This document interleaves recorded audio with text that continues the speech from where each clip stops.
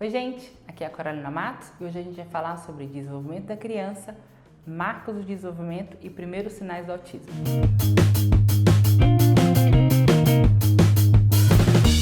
Hoje nós vamos falar então sobre os marcos do desenvolvimento, por que eles são tão importantes e devem ou deveriam ser monitorados, nas visitas periódicas ao pediatra. E como que a gente identifica então os primeiros sinais de autismo? Quando a criança nasce, algumas habilidades são esperadas em determinadas faixas de tempo. Ou seja, a gente espera que aos 2 meses a criança já sustente a cabecinha, que aos 3 meses ela deite de bruço e consiga elevar a cabeça, que essa criança aos 6 meses já comece a sentar para que ela tenha mais mobilidade dos membros e que ela consiga então deglutir de maneira correta e adequada.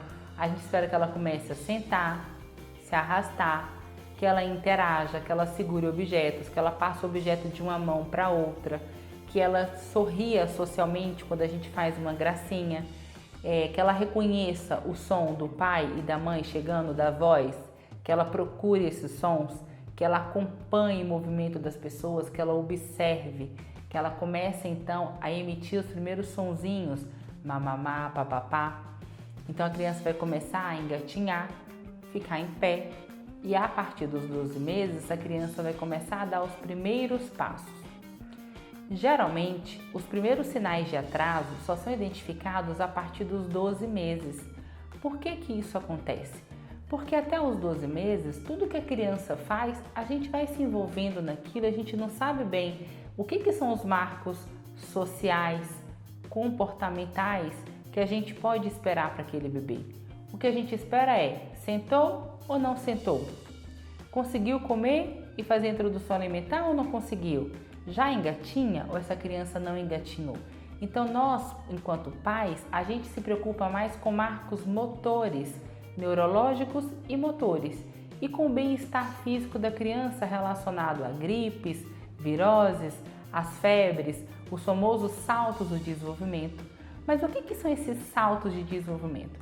Esses saltos acontecem sempre que a criança adquire uma nova habilidade, porque ela está nesses dias de transição. Então veja, a criança nasce e tudo é meio turvo. Quando a criança está com mais ou menos 2 a 3 meses, essa visão ela fica limpa. Então a criança ela consegue enxergar com nitidez. Mas para o sistema dela recém-nascido, aquela informação visual ainda é muita informação. Então precisa de um tempo, precisa de uma adaptação do sistema sensorial, neurológico dela para ela entender que aquilo é uma nova habilidade. Ou quando a criança começa a fazer o uso das mãos, ela começa a segurar as coisas com mais destreza, ela consegue passar uma xícara ou uma canequinha que a gente entrega de uma mão para outra mão. Então, sempre que a criança está numa fase em que ela está adquirindo novas e importantes habilidades, dentro desses 2 primeiros anos de vida, a gente chama de salto ou pico de desenvolvimento. E a criança geralmente reage tendo alterações do comportamento. Algumas crianças têm choro, algumas crianças ficam só um pouquinho mais agitadas. Então, cada criança vai reagindo e demonstrando essas adaptações, vivenciando isso de uma forma diferente umas das outras. Mas até os 12 meses, a gente fixa a nossa atenção mais na parte grossa do desenvolvimento. Quando a criança faz uma gracinha, quando ela estranha alguém, a gente comenta, mas a gente considera que tudo faz parte, a gente acha que tudo tem seu tempo. E daí vem aquela afirmação, cada criança tem seu tempo. Realmente, cada criança tem seu tempo. Mas a gente tem idades mínimas e máximas para que essas habilidades surjam e sejam adquiridas, aprendidas e que essa criança passe a aplicar aquela habilidade na sua rotina. Porém, a partir dos 12 meses, a gente espera habilidades mais refinadas, como andar, falar, compreender comandos simples. Então, me dá, pega, cadê a bola? Então a gente começa a exigir ou esperar da criança marcos mais refinados. E quando a criança tem um transtorno do desenvolvimento, a gente começa a perceber esses atrasos de forma mais clara. Quais são os sinais que eu poderia ter visto no meu bebê? O seu bebê olha, mas ele não fixa o olhar. É aquela criança que dá uma olhadinha e desvia, dá uma olhadinha e desvia. A criança não consegue prestar atenção. Ela observa mais objetos do que pessoas. E por que isso acontece? Porque objetos, eles são previsíveis.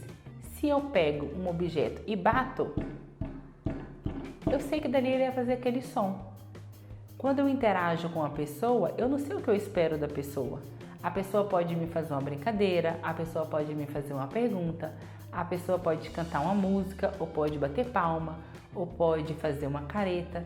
Então, é como se a interação social para a criança que tem o transtorno do neurodesenvolvimento, para a criança com autismo, aquela interação parece que ela tem um custo maior.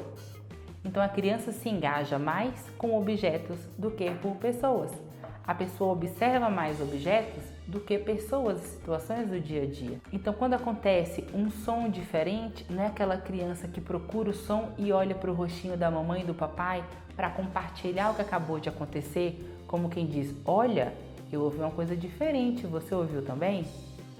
Não é aquela criança que traz o objeto para o pai, para que o pai faça então o som do bichinho? Olá, amigão, bom dia! É uma criança que prefere manusear aquele objeto de maneira mais previsível, ou seja, individual.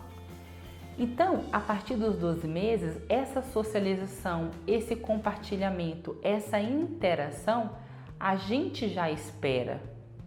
E mesmo que cada criança tenha seu tempo, mesmo que cada criança tenha vivido num ambiente e o ambiente interfere diretamente na vida dessa criança, porque se essa criança chega na clínica e ela é filha de pais que são mais comedidos, pais tímidos, mais contidos na fala, eu sei que eu preciso orientar essa família, por exemplo, a enriquecer esse ambiente, colocar mais historinhas, cantar músicas juntos, conversar mais com essa criança, nomear mais objetos, trazendo os objetos junto ao rosto.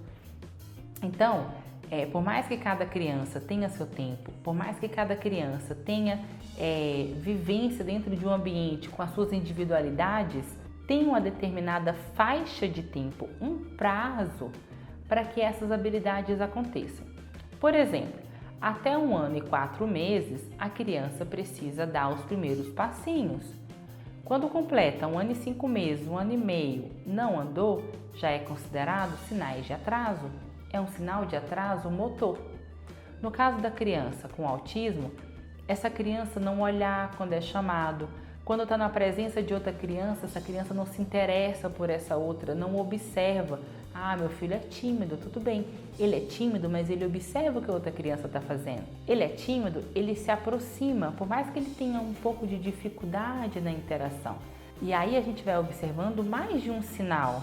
Não são só dois, se a criança tem dificuldade para falar, ela tem autismo. Não, ela pode ter uma apraxia da fala, um transtorno do desenvolvimento da linguagem.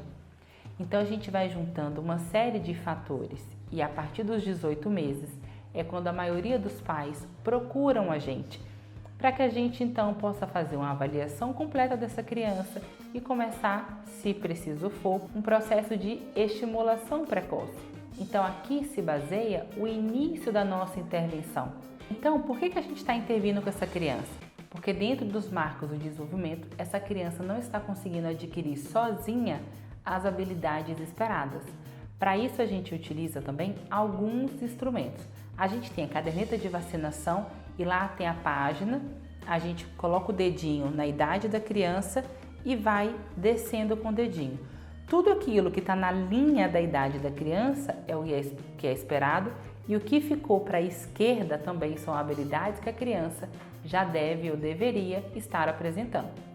Fora isso, fora as diretrizes, do Ministério da Saúde para os marcos de desenvolvimento da criança, a gente tem também alguns instrumentos de rastreio do desenvolvimento e alguns instrumentos mais específicos de rastreio de risco para que essa criança tenha ou não o diagnóstico do autismo.